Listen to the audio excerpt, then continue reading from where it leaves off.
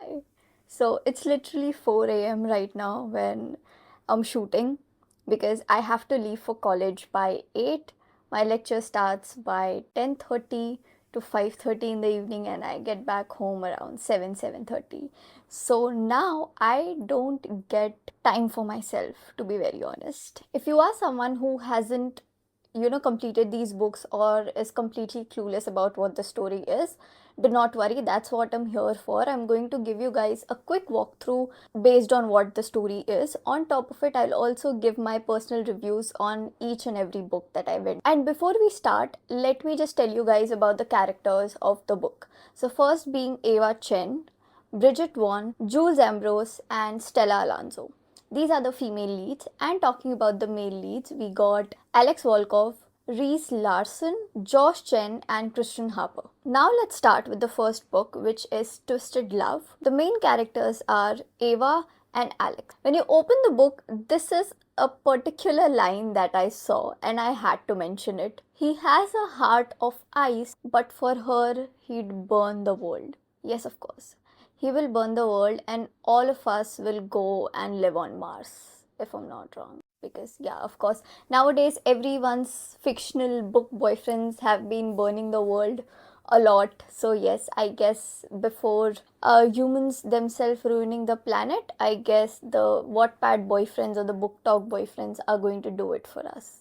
They'll take us to Mars, I'm pretty sure. Elon Musk, who? So, Alex Volkov is someone who is the typical grumpy billionaire, a guy with a dark past and a face of an angel. He has his heart closed for everybody in the world, but he will eventually melt for the kind, sunshine, manic pixie girl. Now, talking about Ava, she is literally the kindest characters I would have ever read. I wouldn't say she does something which is outright kind, but she just seems like someone who's just very genuine and kind according to the book. Now, the story starts with Ava just completing her photo shoot, and obviously, to make it more dramatic, it's basically pouring rain and her car is not working. So she ends up calling her brother Josh. Josh is also one of the male characters in the third book, if I'm not wrong. Yeah, the third one. So she ends up calling Josh, and he is basically in the middle of,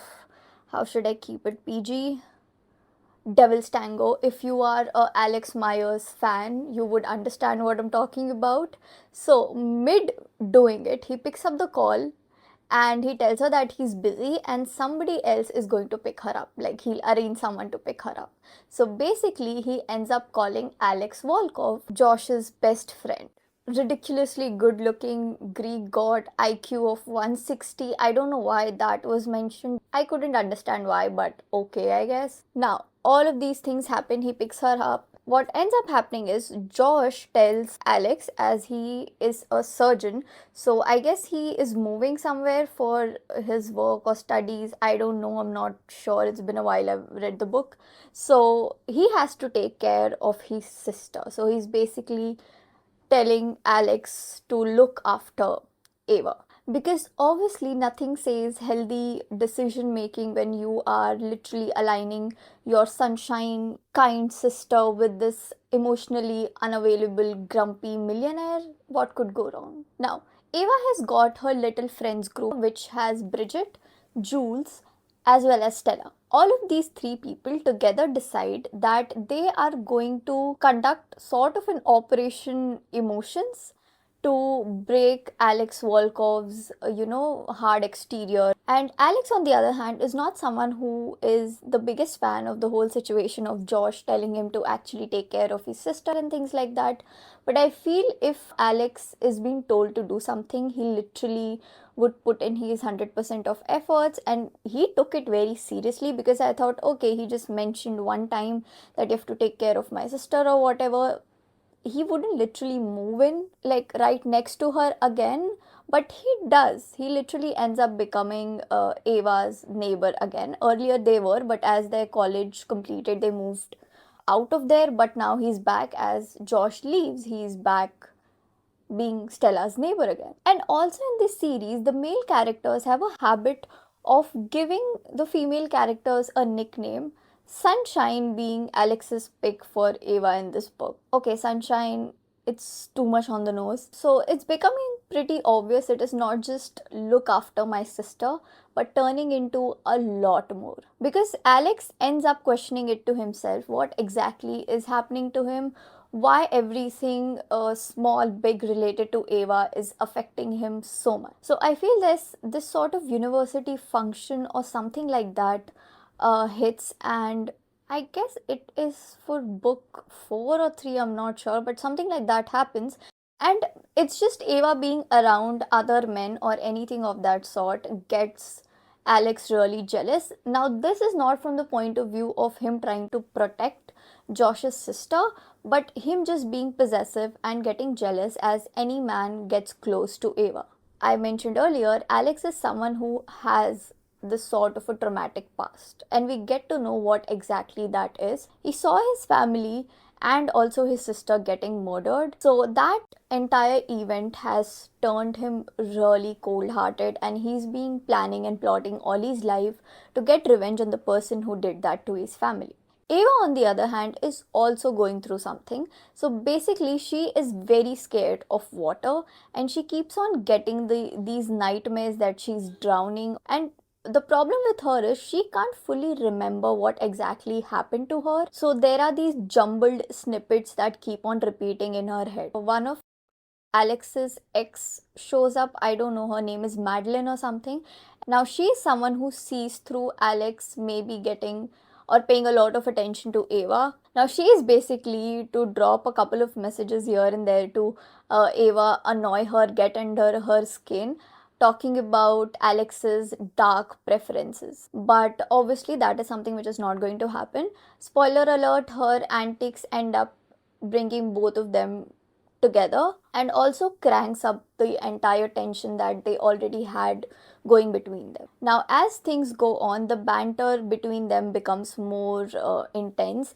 There is a lot of attraction, which is very obvious, and where you know for a fact that we are like 2 or 3 chapters away from literally both of these characters crossing the line that they shouldn't. And I really don't know what is it with these book talk, because I have been reading a lot. I plan on making these videos, but let's see how you guys feel about this one, and then we'll see if I should also make videos on other books. But I feel this one thing with authors nowadays, when they are entering into the enemies to lovers part of things, they're very, I don't know what's the hurry. I mean, just calm down. I don't know the characters yet. I don't know why they are enemies or why they hate each other in the first place. I'm just trying to get through that, understand that. But before anything of that sort could happen, there is any development, they are literally already on top of each other. I mean, what just happened? Like, the chapter that I read earlier, they were fighting, bickering, there was no sort of sexual tension vibe going. The next chapter I just turned to, and they are already like, I don't know, eating ice cream off of each other, and I it's weird to me. Now, as I mentioned, the whole Madeline's scenario. Now, they are at a party, and she ends up pushing Ava in a swimming pool, and that is where Alex sort of saves the day and everything. And Ava, trying to get rid of her phobia towards water, she goes to Alex, and she asks him to help her and to teach her swimming. So obviously we know everything is going to go more smoothly now. It obviously ends up adding more tension between them. Now, eventually, in heat of the moment, they end up doing the devil's tango. They pass the denial, they know for a fact that they are falling for each other. Alex, he exactly knows what is happening to him in relation to Ava, but being the typical grumpy millionaire, closed off, emotionally constipated guy that he is not going to talk about it, because obviously healthy conversations cannot exist in book talk. So by the end of these chapters, they are emotionally, physically intertwined. And we all know the rule by now. If everything is going smoothly in the book talk universe, brace yourself, the guy is about to burn the world. Let's just pack our bags and be ready for Mars. That aside, now Ava starts to piece it together regarding what actually happened in her childhood that made her so scared of water. For years, she thought that it was her mother who tried to drown her. But no, surprise, it was her father all along. And the reason that he was doing this is because Ava was not his biological daughter. Meanwhile, talking about Alex's revenge plan, and he always believed it is Ava's father who ended up killing his family. But turns out he was wrong. It was basically his beloved uncle. And obviously, there is this dramatic evil monologue, and now the uncle obviously has to be evil and overtly dramatic. So he ends up kidnapping Ava because he obviously knows Alex has feelings for her at this point. He ends up kidnapping Ava and also Bridget. Eventually, the whole rescue thing happens. Ava gets to know what his whole plan was. The reason that he was close to Josh and Ava was to get to their father, and obviously all of these hidden things from her ends up breaking her heart. So Ava's done, like she slams the door at his face and everything. She's done, she's over him, all of those things. Now Alex is being the typical grumpy, broody millionaire Devdas guy, obviously what we could have been if I would have done things the right way, etc., etc.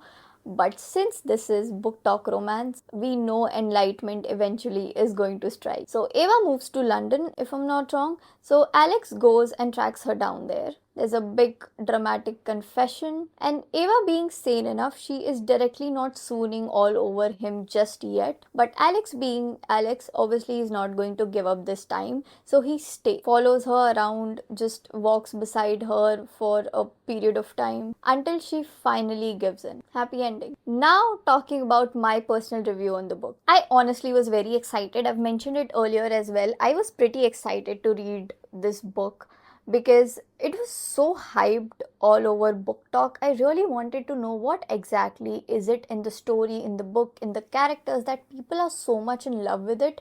But let me tell you this, I was highly disappointed because I expected a lot more, keeping the hype in mind, obviously. And I know for a fact I was not going in, and I knew for a fact that I'm not going to get the world's, best writing or anything of that sort. But even ignoring that part, obviously the writing is not the greatest, but I don't know, it was very underwhelming to me personally. And I said, I know that people read it just for the smut, but the smut has to be good. I guess it is chapter 22, 23 where it is like to the extreme level, but I feel I found myself laughing. Not from the POV that, oh, what the fuck just happened? Like, oh, it is making me giggle. But no, I was laughing because what the fuck. Now, character wise, Ava seemed fine to me. Again, as I said, she seemed someone who's very kind and could do no wrong. Which brings us back to the typical good girl manic pixie. And Alex is the generic book talk guy who will burn the world for her. He's obviously a millionaire. There is पैसे की तो कोई कमी नहीं है लोगों के पास. And I don't know why this one thing is present whenever I'm reading a book, whenever I read the description, or even if I'm not focusing that much on the precise description of the character, I still try to imagine what these characters would look in real life. Not talking about the other leads, even if it was Reese, Christian, or Josh, I could imagine how they looked like.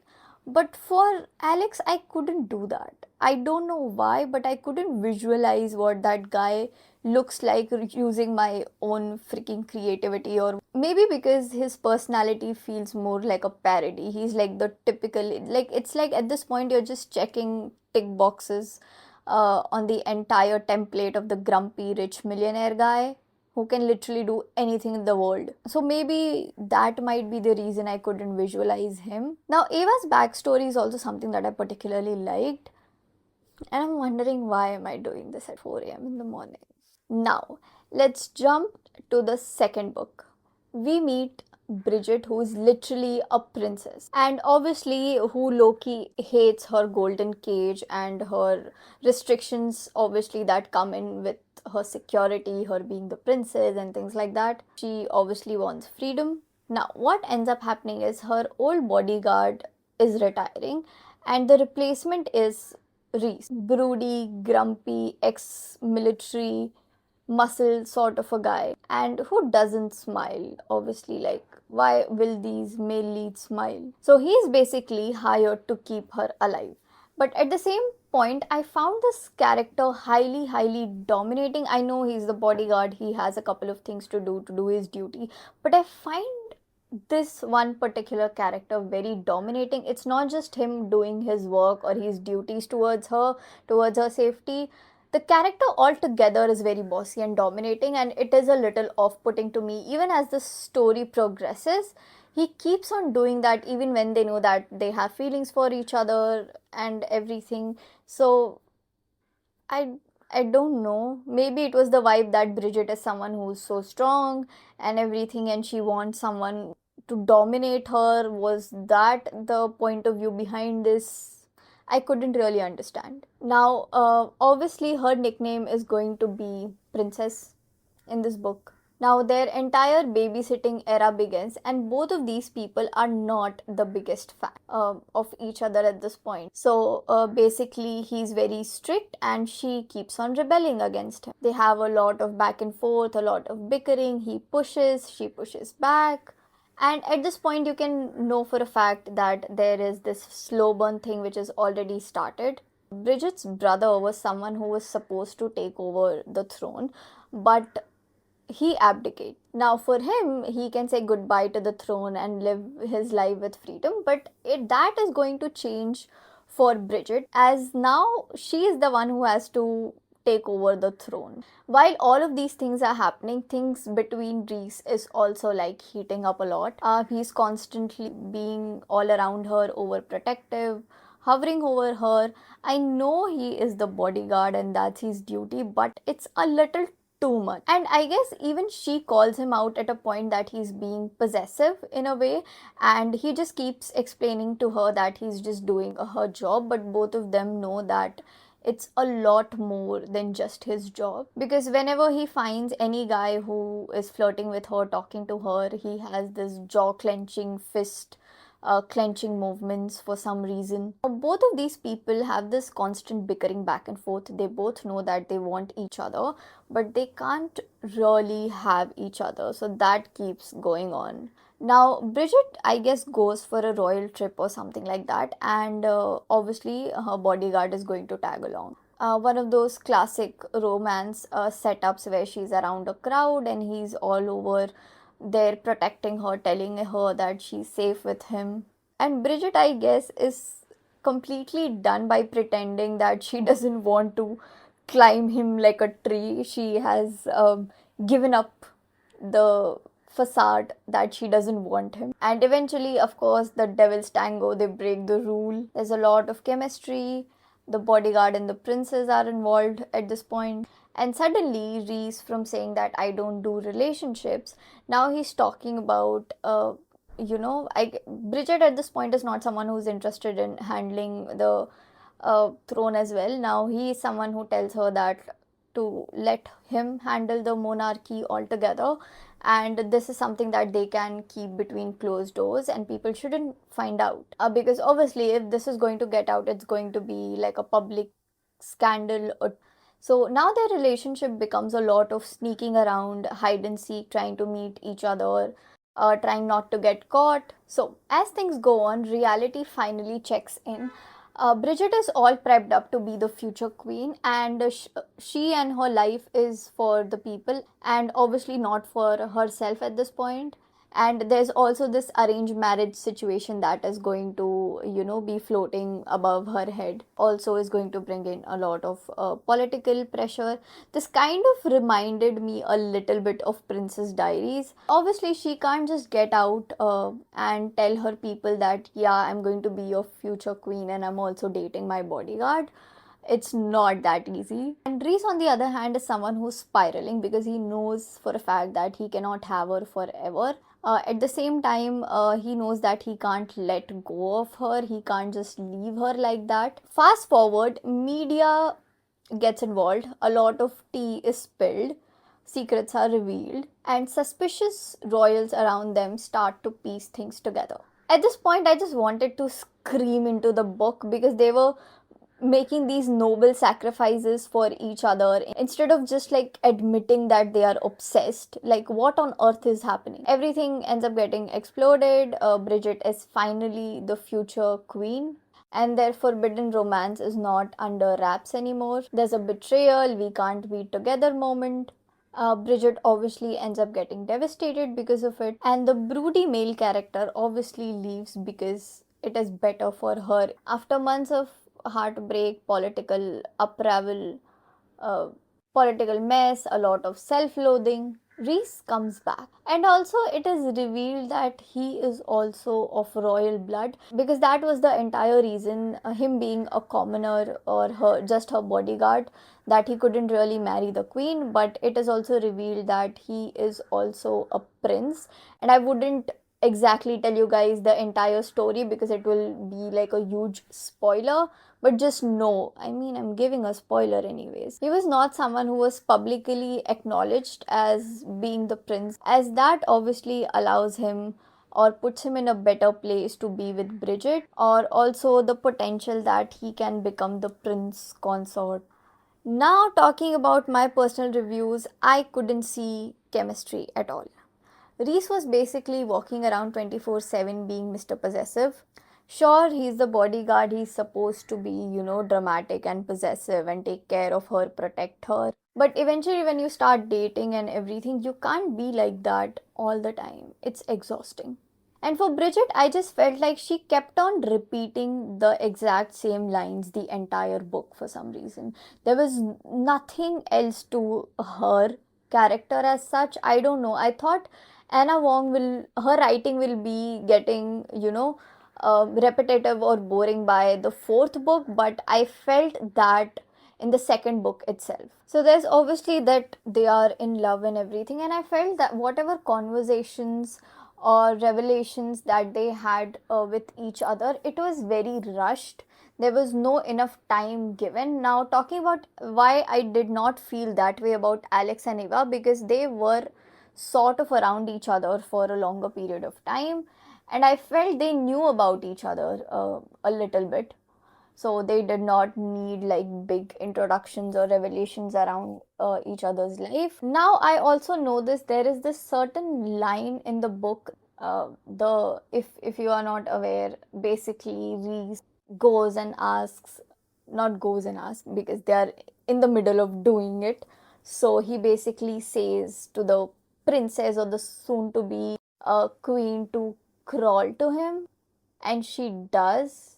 Fine, I get why people like that part, or why there are so many reels and shorts made on that particular word or line or phrase. Whatever, I couldn't really understand what on earth was going on for a while there, because I couldn't really feel that it was Bridget who was actually enjoying it. I told you, right? He just feels like someone who's dominating the female character 24/7, and that is what I got from even that crawl to me. So yeah, I knew for a fact I'm not going to be the biggest fan of this book. Maybe because I wasn't the biggest fan of Reese or Bridget herself. In the start, she seemed like a strong character, but I feel I don't know what it was about Anna Wong's writing in this book in particular. I felt like she introduced these characters in the first book in a way, talking about Ava's friends group, and she just gave up talking about these characters when she started the book. Like when I completed the Twisted Love, I got to know who Ava was as a person. I couldn't really understand that about Bridget at all. She just thought कि वो मेरे चाचा या मामा की बेटी है तो मैं उसके बारे में सब already जानती हूँ वाला vibe. I needed more about her character. I don't know, I just felt that. So obviously, no matter what happened in her life, it never really affected me. Even her longing or the situation that they had this back and forth with Reese did not work for me. It was just bland. Now for the third one, the nickname here is Red for Jules, and I get it, but a little innovation could be done in giving nicknames if you actually want to give nicknames to each and every character. But now, as I said, there is going to be a book on Josh, Ava's brother. So now this is his time to shine, or I guess this book sort of made me dislike him a lot. I liked him in the first book, the way he was. He felt like a little witty and everything, and he was very supportive of his sister. But I don't know what was exactly going on in Anna Wong's head when she wrote Josh over here. Of course, he's a witty guy, and he's one of those people in the book exactly who's not like this grumpy millionaire sort of vibe. He doesn't have that. So maybe that's a breath of fresh air. Maybe that is why people like this book more, or even Josh more, because it's not giving typical grumpy millionaire who runs some random business. I don't know. We never really understand what they do. They just run a business and they make a lot of money. Now, Josh, a doctor, a certified playboy, and a self proclaimed hater of this one person, which is Jules Ambrose. Jules is basically a law student and Ava's best friend, a complete hot mess. And their entire dynamic feels like these people are just praying to God every night that I hope this idiot just chokes and dies. I don't know why I had that vibe. That is what they were going for, I guess. Enemies to lovers, where these people were just ready to go like full Mortal Kombat. But okay, so their banter is something that starts like from the very beginning. It does not take a while for us to get there. The banter is just present. They just hate each other. Now, they obviously are going to keep running into each other because of Ava, and that is what keeps on happening. They keep having this verbal argument all the time. He calls her manipulative. She calls him a smug womanizer or something like that. They have this hatred towards each other, and also which leads to a lot of sexual tension, because obviously I guess no anger at this point wouldn't involve sexual tension, because obviously it's book talk. Now, Jules is someone who is stressed a lot about her studies, her college fee. She also has this side hustle going, and Josh, I guess, ends up hearing all about her situation and being the asshole that he is at times. He ends up giving her this situation of friends with benefits. So the rules are very obvious. There are no feelings going to be involved. They have to pretend that they are mortal enemies in the daylight, and then they, I don't know, making soup together at night. Okay, whatever. And Jules agrees to it because, of course, how will the plot go ahead? They start hooking up. It's spicy. I guess in this, I guess the smut is sort of okay.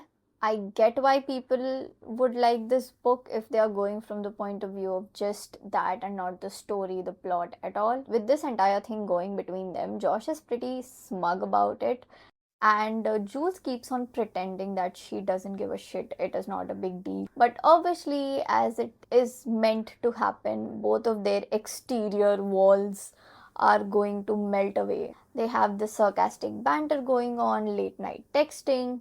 Eventually, Jules realizes that Josh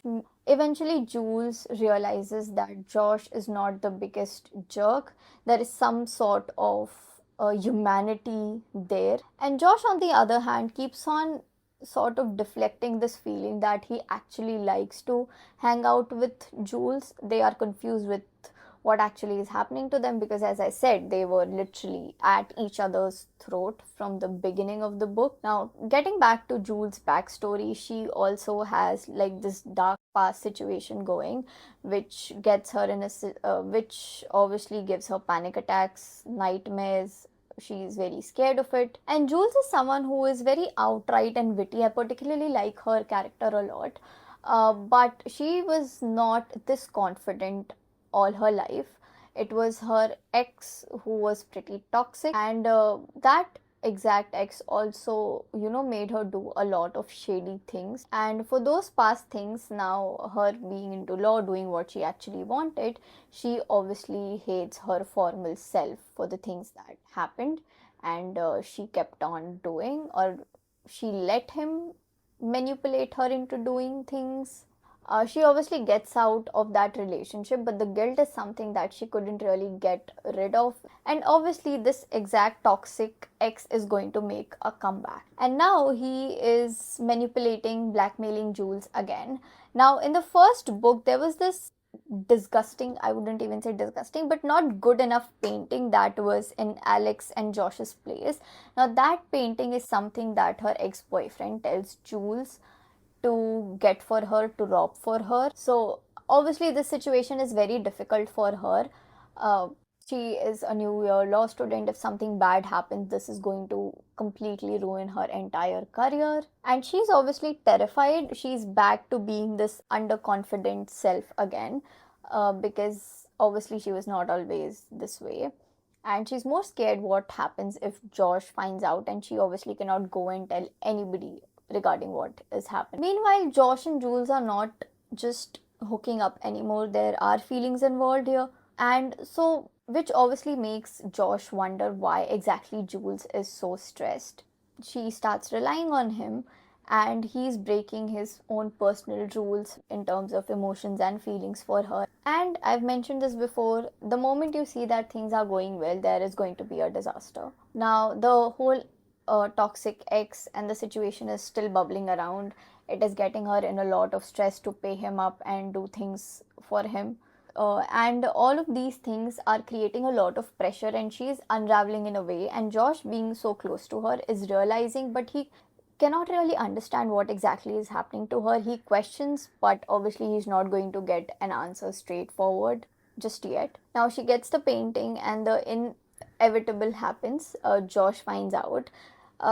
He gets to know something that she was scared from the very first moment. Her ex, the blackmail, the theft, all of those things. And this is where I said they made him a little bit of an asshole, if I may say so, in this book, because obviously, ignoring everything, oh, maybe my girlfriend has been through a lot of things, I should understand.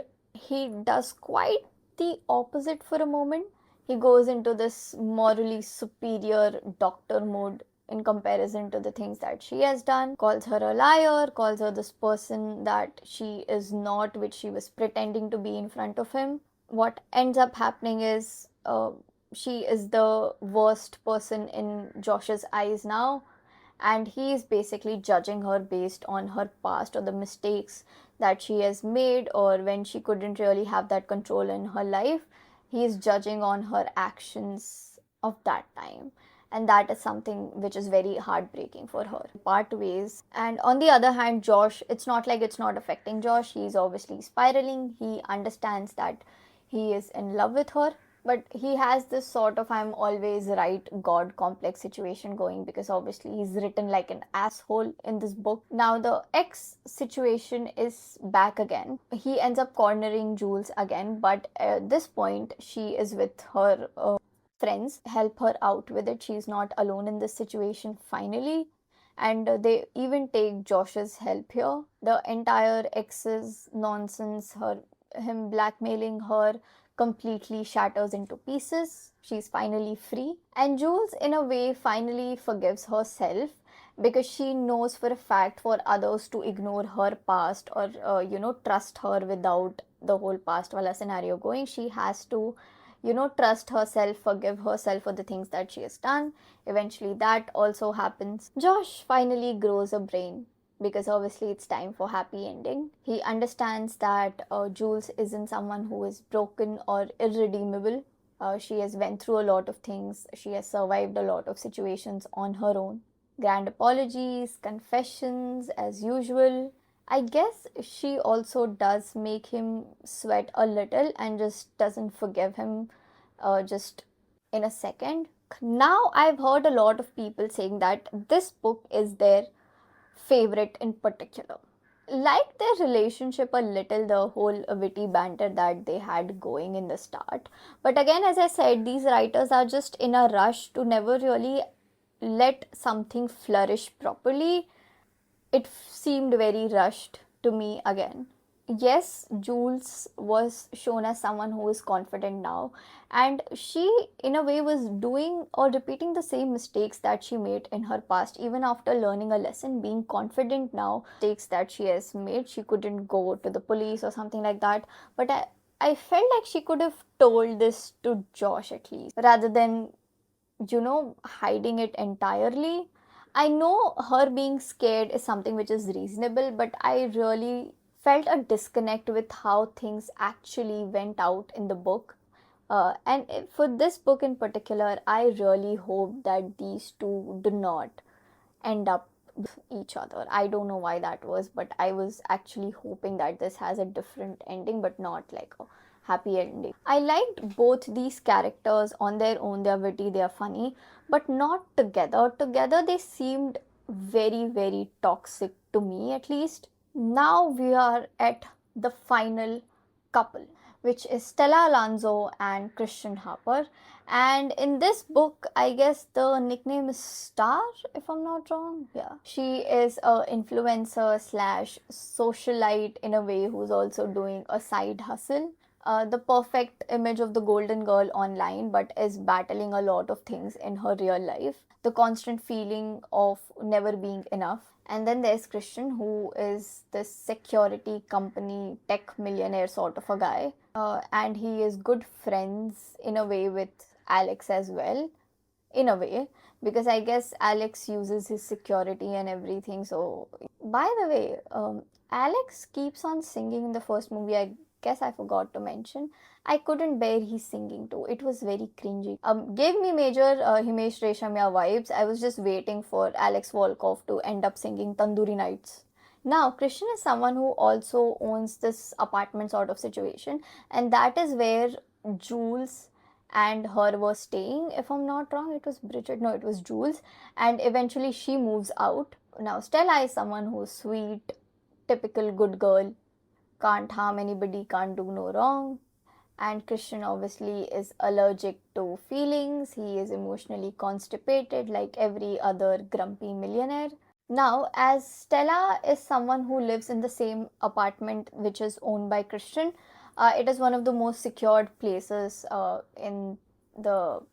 I don't know exactly where it is, and I do not plan on opening the book again. Stella has this stalker sort of a situation, creepy packages, threatening messages. She tries to keep it quiet, but Christian is someone who's around her and he ends up noticing because he literally lives in the same apartment. Meanwhile, Stella's influencer life is not going the way she would have expected it. She knows that it needs a very huge boost to be taken more seriously. So the solution becomes fake dating.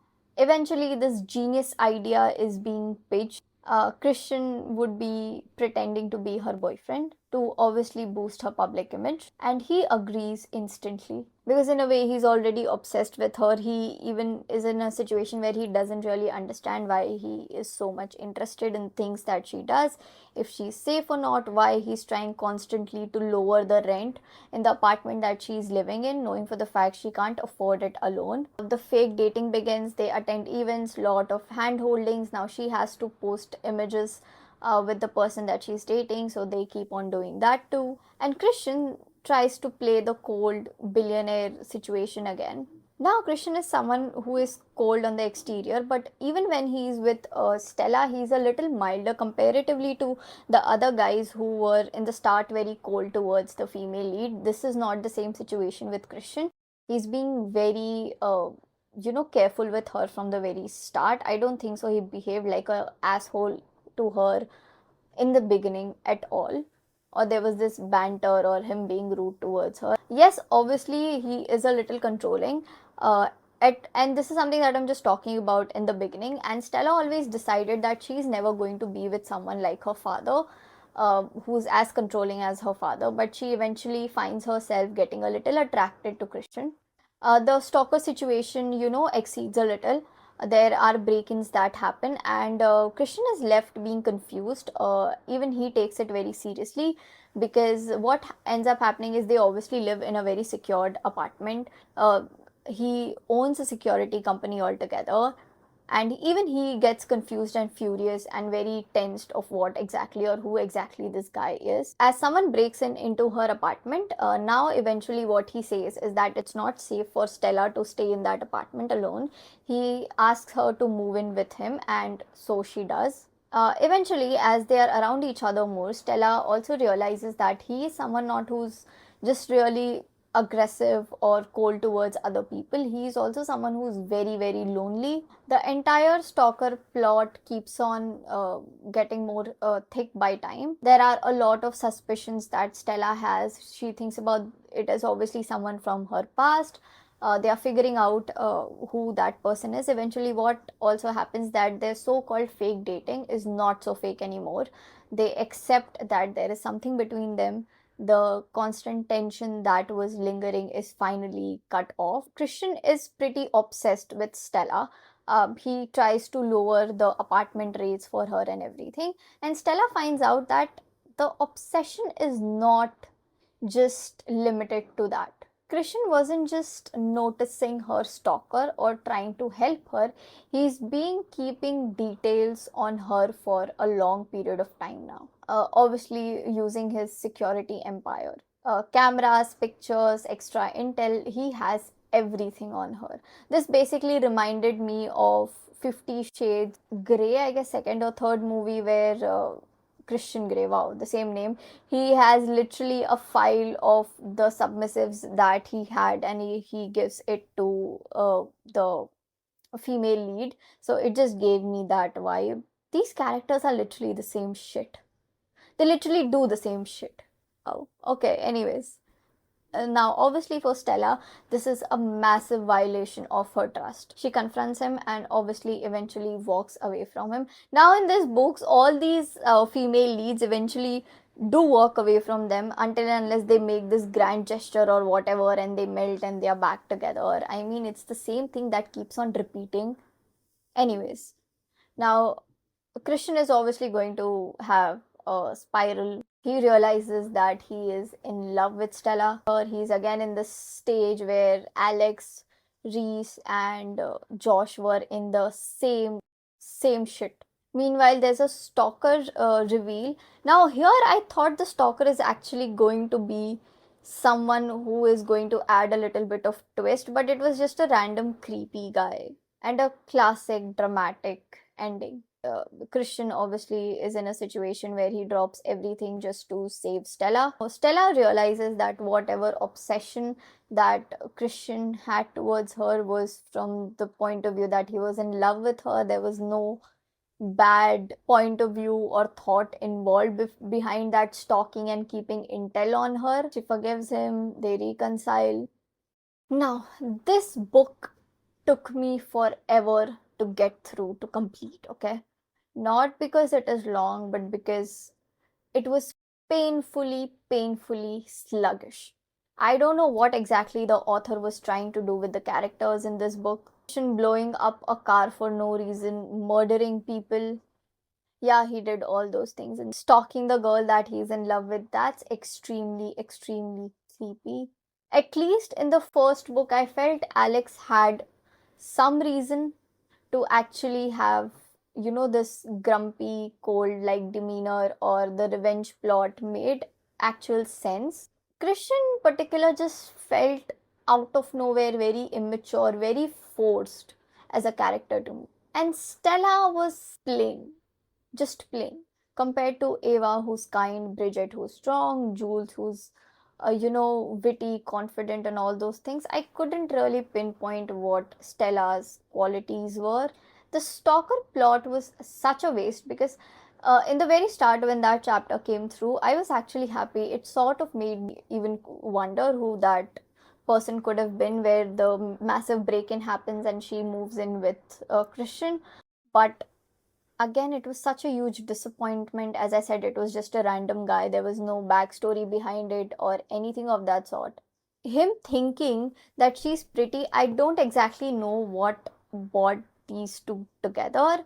I couldn't really understand why they were together. Even their conversation never really made any sense. I just feel like he found her pretty, he stalked her, he got a little obsessed, he started talking to her, and she was Again, the typical nice girl, so he fell in love with her as he was anyways pretty lonely.